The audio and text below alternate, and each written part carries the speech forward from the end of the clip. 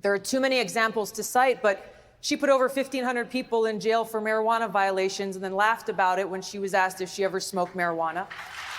She blocked evidence. She blocked evidence that would have freed an innocent man from death row until the courts forced her to do so. She kept people in prison beyond their sentences to use them as cheap labor for the state of California. And she fought to keep cash bail system in place that impacts poor people in the worst kind of way. By all accounts, Tulsi Gabbard, then Democratic presidential nominee or candidate for president, blew out of the water the Kamala Harris's attempt to become president. And we have the person who blew her out of the water here, Tulsi Gabbard, who is joining with us live today on the show. Tulsi, welcome to the show. Thank you, my friend. It's good to finally be connected with you here. And before we start, just allow me to express my appreciation for the work that you do every day, bringing your experience, your love of country, and your expertise to be able to draw the right kind of pointed criticism of our nation's foreign policy that actually attempts to refocus it back on what's in the best interest of the American people in our country. Unfortunately, we live in a time where it takes an act of courage, and you are a courageous person, and I'm grateful to call you a friend, Danny. Well, thank you very much, Tulsi. I really appreciate that. And we're here today to take a look at this new book that you've written, which I am just mesmerized by the way. And I'm so grateful that you had taken the time to write this, because you've said a lot of the things in this book here. For love of country, you're explaining why you left the Democratic Party behind. And I just found it, talk about an act of courage. It was amazing to me when you first came out. I'll just say this, when you announced for your run for president, I noticed immediately that what I thought was going to be friendly media on MSNBC and CNN and some other places that, was going to be your natural platform as a Democrat, were like almost antagonistic, almost like it was the Republicans that were against you. And I always thought that was strange. And now that I'm reading this book, a lot more things are coming into focus. You can understand a little bit why. I've always been an independent-minded person. I first joined the Democratic Party back in 2002 because what I saw back then was a party that celebrated freedom, a party that stood up for civil liberties, a party that welcomed voices from different backgrounds and different perspectives, and it was a party that fought for the little guy.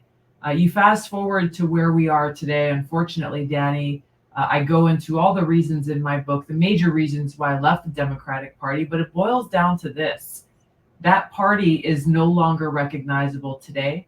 And dangerously, today's Democrat Party is led by this elitist cabal of warmongers driven by cowardly wokeness, doing all that they can to undermine our fundamental rights and freedoms enshrined in the Constitution in their pursuit for power, in their self-centered ambition, as well as their desire to hold on to and grow power for their political party. We need leaders who will put our country first, who will put the well-being of the American people and our nation first. And that really is the call to action in this book. I share a lot of my own personal experiences over these past 20 years. But it is not just a book of complaints. It is a book that reminds us all as Americans of the responsibility that we have to hold elected leaders accountable and to ensure that we have the government that is of, by, and for the people. It's the government that represents our interests and defends freedom. Yeah, and of course, that's one of the things that we celebrate a lot on this channel as well, and call out some of these very things that you're talking about, especially some of these warmonger issues, which are just baffling to me in many regards. One of which was recently Senator Blumenthal went on, and I can't remember which channel it was. We're going to actually show it in a second, where he's talking about the Ukraine war and about funding for it and what we need to do. The thing that really stands out to me is that we actually had Doug McGregor on earlier today, and we went through a lot of the details of why this war is absolutely unwinnable for Ukraine, no matter how much money you give. And I won't go into all those details here. Those things should be known by anybody who's paying a lot of attention on the ground. And yet, this is what Senator Blumenthal says. We're the strongest, greatest country in the history of the world. We can produce the kind of artillery shells, the long-range artillery, the ATACMs that are necessary, the air defense, Patriot systems. Iran needs many more of them to protect its cities. So we're building, and this measure, strongly bipartisan, I think sends a message. I think America is back on offense. You know, the thing is, he was referring to Senator J.D. Sanders' comment that there's a math problem, that it doesn't matter how much money because it's a capacity issue. And it's like he just disregarded all the reality and instead goes, yeah, let's get this because we're great and we can do it. So let's keep spending money. It's so simplistic. And I think it's important to point out, just because something is bipartisan doesn't mean it's good. So don't fall for that. Don't fall for that sales trap.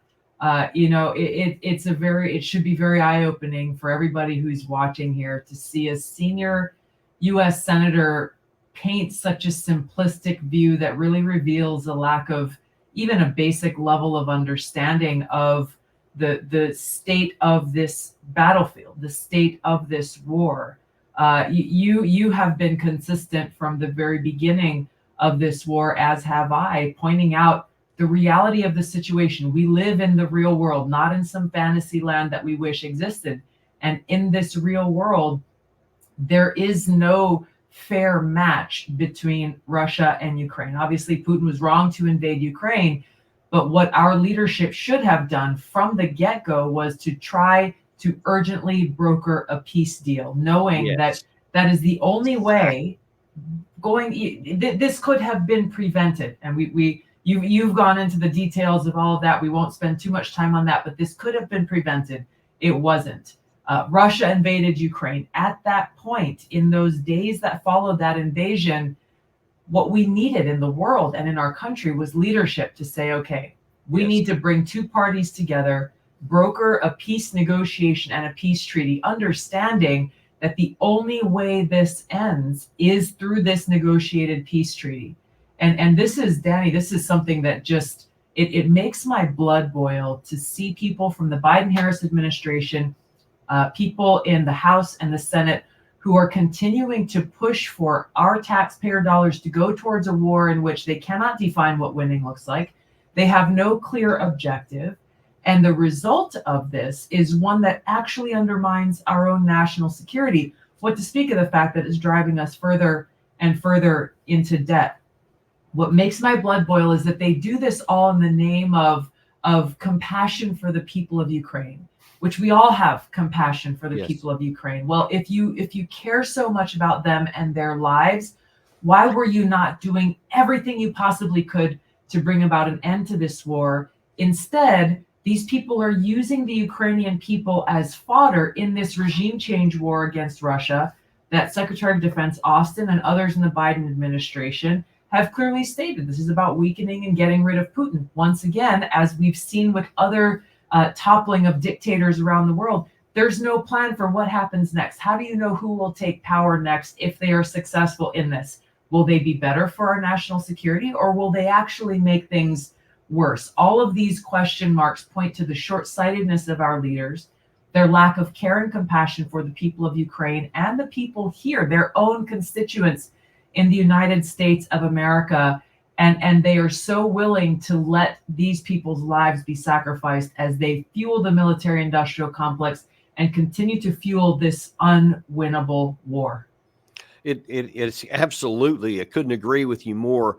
And I want to stick with this theme for just a second. I want to hit a couple of other pieces from your book before we let you get out of here. But let's stick with this one because this one's kind of important. One of the things you wrote about in this book, Gary, if you can throw that one up there, you said that I could no longer remain in today's Democratic Party, which is now under the complete control of an elitist cabal of warmongers fueled by cowardly wokeness that divide us by radicalizing every issue and stoking anti-white racism, actively woke to undermine our God-given freedoms enshrined in the Constitution, are hostile to people of faith, and spiritually demonize the police and protect criminals at the expense of law-abiding Americans, allow our borders to remain open while they're claiming they are secure, weaponize the national security state to go after political opponents and drag us closer to nuclear war with each passing day. Now, I suspect I know what you mean on that last part, especially, but there are so many things we're doing right now that are antagonizing Russia and potentially, depending on how we handle things in the Indo-Pacific,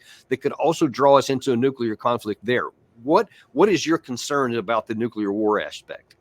Well, once again, we have leaders who are short-sighted. We're here today, Danny, even as we were speaking, I know you saw the article that I saw that said Putin is already scheduling tactical nuclear weapons tests. We are on the brink of a nuclear war. We are closer to the brink of nuclear war than we have ever been as a country. And it comes as a direct consequence of the Biden-Harris administration's failed foreign policy. Short-sighted leaders who are eager to go and pretend to flex their muscles in going and waging proxy wars here and there, or threatening economic warfare here and there, heightening tensions with other nuclear powers in the world without thought for what the consequences of them are. I am not an isolationist. I am not a pacifist. I'm a realist. I see the world for what it is and recognize that it is most important for our leaders to make these decisions on foreign policy and domestic policy around what is in the best interest of the American people. Too often we see these leaders go and say, oh, well, there's a bad dictator, we got to go punish them. Or there's a bad thing happening in this part of the world, we got to go and fix it and solve it. And they do so by first choosing to wage some form of warfare, again, whether it be economic, some new Cold War, or some kind of kinetic warfare, and not actually making the decision of like, okay, let's just stop for a moment and analyze the different courses of action that are available to us and make the decision that serves the interest of our country. Too often they're saying, well, we got to go be the policeman of the world. We got to go punish this dictator and do bad things to this other country, without actually thinking like, oh, well, this actually might hurt our economy. This might actually put our people in a greater risk of attack or nuclear catastrophe.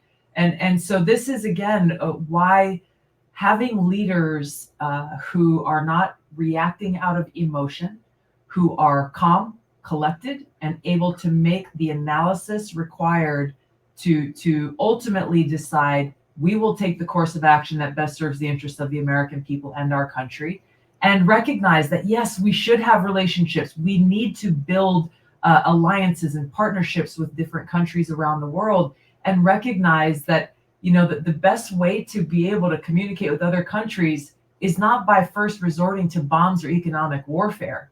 We can never achieve peace and prosperity if we continue down this track, rather than choosing diplomacy and recognizing, yes, we need a strong, ready, capable military. Once all diplomatic means have been exhausted, war should be that last resort.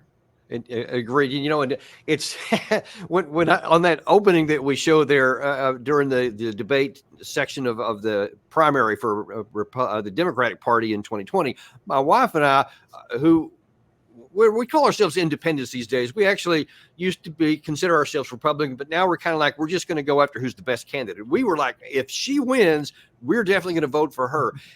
And it was with some anguish that we saw things fall apart, but especially in that clip where we saw you juxtaposed with what was going to become Vice President Harris, we thought, man, why didn't Biden select her when he saw her just get eviscerated like that and clearly know what she's talking about? Why didn't they get her? Now, obviously it didn't work out that way, and we can talk about that another time or so. But when you showed that you've been consistently right on this issue from the beginning, here's what you said on Tucker Carlson over a year ago. You look at the lies that the American people are being told by President Biden, by Mitch McConnell, by these warmongers in both parties, selling this lie that this is about defending freedom and democracy. And as he said, there's no greater threat to that democracy than this fight against this war against Russia. They are the ones who are undermining our democracy. They are the ones who are denying the American people our constitutional right to have a say whether or not we go to war or not. It is an affront to the Constitution and every single American, and we should all be raising hell about this because it is our future, the future of the world, that's at stake. And the reason why I say that, Tulsi, is because how many times have we seen Vice President Harris talk about just we're going to support Ukraine, no matter what, however long it takes. Again, as you say over and over, with no strategy, no outcome. There's nothing involved. If we had somebody like you in the White House, maybe we wouldn't be in this position right now. But as we know, there was a reason why, and that your book goes into some of that too. And I want to jump into that a little bit here. The Clinton factor is what I call it there, because that was something that you talk about in the book a little bit. I'm going to show you one real quick clip that we had here from something happened around that time. And if you could explain to us what was going on there. Play that clip. On Tulsi Gabbard. First, I want folks to hear it. I think they've got their eye on somebody who's currently in the Democratic primary and are grooming her to be the third-party candidate. She's the favorite of the Russians, and that's assuming Jill Stein will give it up, which she might not, because she's also a Russian asset. Also a Russian asset. Tulsi Gabbard responded, Betsy, you, the queen of warmongers, embodiment of corruption, personification of the rot that has sickened the Democratic Party for so long. It's now clear that this primary is between you and me. Don't cowardly hide behind your proxies. Join the race directly. So give us a little bit of the backstory there. There's not much backstory that didn't play out in real time. You know, her baseless accusation that was repeated by so many in the propaganda media was done so very intentionally. Once again, they did not want to debate on the substance of issues, and they sought to undermine my credibility and smear my character by accusing me essentially of being a traitor to the country that I love, the country that you and I were willing to sacrifice our lives in service to. And the sad thing is, Danny, it worked. It worked in a lot of ways. I can't tell you how many people I met who either directly or indirectly expressed their concern about this accusation that Hillary Clinton made. She was the former Secretary of State. She's the former First Lady, a former U.S. Senator, and a figurehead in the Democratic Party. So naturally, a lot of people believed her and were concerned about, having that question mark, that moment of suspicion. And so they were very effective in that. As we've seen now play out over these last several years, it has become a tried and true tactic against anyone who dares to challenge permanent Washington establishment, who challenges the military-industrial complex, is immediately it's Russia, Russia, Russia. We saw it with Tucker Carlson. We saw it with Donald Trump. That began in 2016, even before he was elected as president, throughout his presidency, and even now. We've seen it with Bobby Kennedy. We've seen it in so many different examples that at this point, I mean, it would be comical if the consequences weren't so serious. And it's not even really completely about trying to destroy the character of whoever their political opponent target is. It's used intentionally to make an example, to send out this strong message that if you dare to stand up and challenge us, we too will go after you and try to destroy you, try to undermine your message, destroy your credibility. Or as we're seeing too, and I experienced this as well, is weaponize big tech companies and our public institutions like the FBI to specifically target and censor and silence certain voices who were exposing them for who they really are. People who don't care about our country, who care more for themselves and for their partisan political interests, and who are willing to destroy the fabric of our democracy, undermine our fundamental freedoms, and put our entire nation at risk, all so that they can gain more power. That's what this is really all about. Well, so now help me understand something, because part of me understands that because money, it does motivate so many people, but it seems like at some point up at that level, especially, that they would need a balance off of that, saying, okay, well, we need to get some money, but we also need to govern well so that we keep getting elected, even if it's self-centered. So why wouldn't the Democratic Party, why wouldn't they support somebody like you who clearly had the chops and the experience, the military experience, and combat experience, everything that you would need to have a high-ranking person, especially as potentially to be vice presidential candidate, which would help Biden win? Why would they not even consider that and instead demonize you? Well, you know, they kind of laid out the red carpet for me, Danny, when I first got elected to Congress, because They said, hey, you're young, you're a female veteran, you're a woman of color. We're happy to have you here. I think they expected that I would be enamored by all that was kind of dangled before me, and just go along with the flow, toe the party line, play ball and play nice, and vote the way that they wanted me to vote, and not dare to challenge them. That's not who I am. It's not who I ever have been. And it's something that they started to discover very quickly within the first 6 months of my being in Congress. I talk about that first kind of wake up call, like, hold on a second, she's not going to be like so many others who just show up, vote based on whatever the recommendations are coming from the party leadership that day, and not be afraid to call out a president of my own party.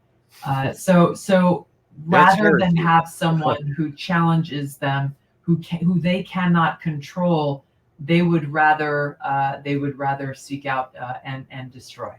And one of the ways that you're currently calling out the elites, and I've always respected you because you don't just, it's not like you've turned bitter against the Democratic Party and are trashing them or so. You're calling out anybody who doesn't do things the right way, who puts our interests at risk, Republican or Democrat, anything else like that, which I always appreciate. Now, one you've got in your crosshairs right now, that you also talk about some in the book, is that right now, President Trump, or former President Trump, is got all kinds of charges against him. One of the ones in particular that really has stood out to me, and I know you've mentioned before, is that this whole classified information issue, that he's saying he mishandled classified information and all this. So they have all these charges, and yet in your book you talk about, Gary, if you can pull that one up there. You said our investigations uncovered evidence that President Biden I'm sorry, let me set the stage. This is from the investigation that was done into Biden's mishandling of classification, and that records in your book. It says our investigation uncovered evidence that President Biden willfully retained and disclosed classified materials after his vice presidency when he was a private citizen. These materials included: 1, marked classified documents about military and foreign policy in Afghanistan, and 2, notebooks containing Mr. Biden's handwritten entries about issues of national security and foreign policy in implicating sensitive intelligence sources and methods. FBI agents recovered these materials from the garage offices and basement den in Mr. Biden's Wilmington, Delaware home. However, for the reasons summarized below, we concluded that the evidence does not establish Mr. Biden's guilt beyond a reasonable doubt. And yet, in some regards, Trump's was even less than that, but certainly that's equivalent to it. How then can the Biden legal team go after Trump, not go after Biden at all? It is a blatant abuse of power and a miscarriage of our justice system. There's no other way to characterize this.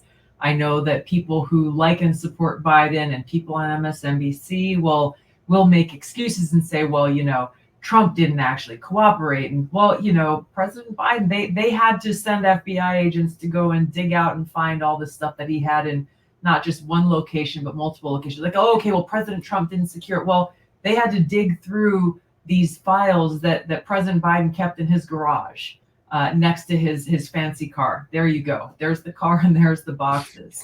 It's a joke, Danny. I mean, any objective person, and I think more and more Americans are starting to see this as they see more of these charges go, that clearly there is one rule for President Trump. And if you're part of the Democrat elite, if you're part of the permanent Washington establishment, those same rules don't apply to you. And so what are they trying to do? They're trying to keep President Trump tied up in a courtroom facing multiple charges, the federal level and the state level. They're applying one set of rules for Trump and not those same set of rules for people like President Biden and Hillary Clinton and others. They're trying to drain him of time and resources so that he can't go out and campaign and make his case to the American people. They're so terrified of a free people in a free society, us making our own decisions about who we want to be our next president, commander in chief, that they're doing everything they possibly can to prevent us from being able to make that choice and I know they feel justified in this. In their own minds, they tell themselves that they are doing this to save democracy, and they have to, in order to save democracy, they have to destroy it to prevent we, the people, from making the wrong choice. And naturally, the wrong choice could only be to reelect President Trump. And so they've got to do everything they possibly can to save us from destroying or harming ourselves and our democracy. It makes no sense. And it actually points to a pretty dangerous mindset that we see in dictatorships in different parts of the world, where you have people in power who will use their power to try to take away the freedom of the people to make their own choices, which is the heartbeat of a democracy, because they feel they are doing what's best for the people, when it's really just about them and it's about their power. Yeah, and when you start going down those roads, I mean, precedents have been set now, and Yes. and look, nobody's hands are clean on this stuff. I mean, I don't know about what President Trump has done, but I mean, one of the other things you specifically point out to in the book is about these issues to try and take him off the ballot. And Yes. the fact is, he has not even been charged with insurrection that I'm aware of in any of these charges that are about other things. But for sure, he has not been convicted of anything. And the whole thing about innocent until proven guilty, and yet they're trying to take him off ballots now when there hadn't even been a trial in some of those areas. And that just does not reek of American democracy. It's not. And thankfully, the Supreme Court's ruling, unanimous ruling against what they tried to do in Colorado was exactly that. I think it was a panel of 3 judges that unilaterally ruled, or maybe it was 3 out of 5 judges, but these judges took it upon themselves to rule that President Trump should not be on their ballot there. There are over 32 other states that took some similar action, whether it be through their state judges or through their state elections officer or their Secretary of State, unilaterally deciding this person is not qualified to be on the ballot. The fact that the Supreme Court unanimously ruled that no, in a democracy, the voters actually get to decide, not a single state judge or not a single state officer. And the response from the Democrat elite revealed everything that we needed to know about why they're doing what they're doing. They threw up their hands after the Supreme Court ruled and said a couple of things that stood out to me. One was they were criticizing the Supreme Court for failing to uphold their constitutional responsibility, which in their mind would have limited Donald Trump from being on the ballot. And secondly, they threw up their hands and said, like, oh gosh, now we have to let the American people, we have to leave it up to the American people to save our democracy. It would be laughable again if the consequences weren't so serious, given all the tools they have, both in the government and in media and big tech and social media, that they are trying to leverage against our freedom. That's what this comes down to. This is bigger than Biden versus Trump. I agree. It comes down to our freedom and our ability to live in a democratic republic. They are eroding that with all that they are doing to maintain their power. Exactly. Listen, we're running low on time here, and there's one more section I want to get to before we let you go. But before we get there, I just wonder if you could give us any insider information, or if any such exist. Is there any chance that you could be on the vice presidential candidate of Trump if he should ask that? Is that in the cards? I don't know if it's in the cards. If I were asked to serve in that way, Danny, I would be honored to be in a position to help support and execute the policies that President Trump is putting forward to secure our border, to improve our economy, bring down inflation, make us energy secure, and to walk us back from the brink of nuclear catastrophe and World War III and on many fronts in the world. There is so much work that needs to be done to get our country back on track in both domestic and foreign policy, and truly transform our government and root out that corruption that you and I both know exists in virtually every department and institution in the federal government. People who believe that they are the ones who should decide what is best for our country, and that the American people, the taxpayers, exist to serve their bureaucracy or their interests, rather than the other way around. That if you choose a path of public service as an elected official or a bureaucrat, you exist to serve the people. And so much of that has been lost. And I agree. And that's one of the reasons why I personally really do hope you get asked to do that, because I think it would be great for our country to finally, for the first time in quite a long time, frankly, to have a quality vice president that actually knows what she's talking about. And part of the reason why that would be so good, especially when you're talking about potentially military issues of helping and advising the commander in chief of the United States military, because you're in the United States military. And one of the things you wrote in that book, as a veteran to me, really jumped out at me, not surprisingly. You were talking about when you had redeployed back from Iraq and your combat deployment there. You wrote, "We mourned the loss of our friends. Our lives had changed. Our world had changed. Nothing would be the same again. When I got home, I had many sleepless nights. What should have been comfortable and familiar seemed different and out of place. There were no mortar attacks, no sirens, no incoming fire. I lay awake remembering the words on the sign, 'Is today the day?' I resolved to dedicate myself to a sense of renewed purpose, to honor the sacrifices of our fallen comrades, make every day count, and do all that I could to ensure every American could live free and in peace." Now, I recognize some of those things, because when I got back from most of my combat deployments, I had that same issue, especially if in Iraq, you're constantly looking around at any kind of piece of trash by the road, wondering, is that an IED? Should I drive all this kind of stuff. And listen, we just really value your time spent in service. You're still in service. You're a lieutenant colonel right now, a fellow lieutenant colonel. So we salute you for that. But I just wonder if in the last few minutes here, if you could just kind of tell us how that experience has and still does animate what you want to do going forward. Thank you. First of all, I am grateful to serve in our country's military in the U.S. Army Reserve. I have served now in the Army for over 21 years. This April has made 21 years for me. I will be taking command of a battalion here, my 2nd Battalion Command here on June 1st. And it's such a special thing to be able to serve alongside so many great Americans who love our country. And I think that the closing note I will share with you and your viewers is that it is one of love. The name of my book is For Love of Country, because it's important to remember that even during times of darkness, during times where things can feel so hopeless, we have to be reminded of the vision that our founders had for us, this constitutional republic, and the responsibility that every one of us as citizens has to express our love of our country, our appreciation for our God-given rights and freedoms by taking a stand and defending them. We can't just throw our hands up and say, well, gosh, those politicians are too powerful. The big corporate elitists are too powerful. In our system of governance, it is we, the people, who get to decide who serve in elected office. And that's where this upcoming election is really so critical. This is about a mandate that extends far beyond political parties. It is one, do we choose a party that is undermining our fundamental rights and freedoms, as the Democrat elite are demonstrating that they are doing every day, or do we choose a candidate who is committed to upholding our constitutional rights and freedoms, stop the destruction of our country, and begin to get us back on track? We can only do that if we stand together as Americans for freedom. And we certainly will do that, and we will stand beside you. So thank you so much for coming on today. Great to see you, brother. Really appreciate it, because I know you're really busy, and thank you very much. Thank you.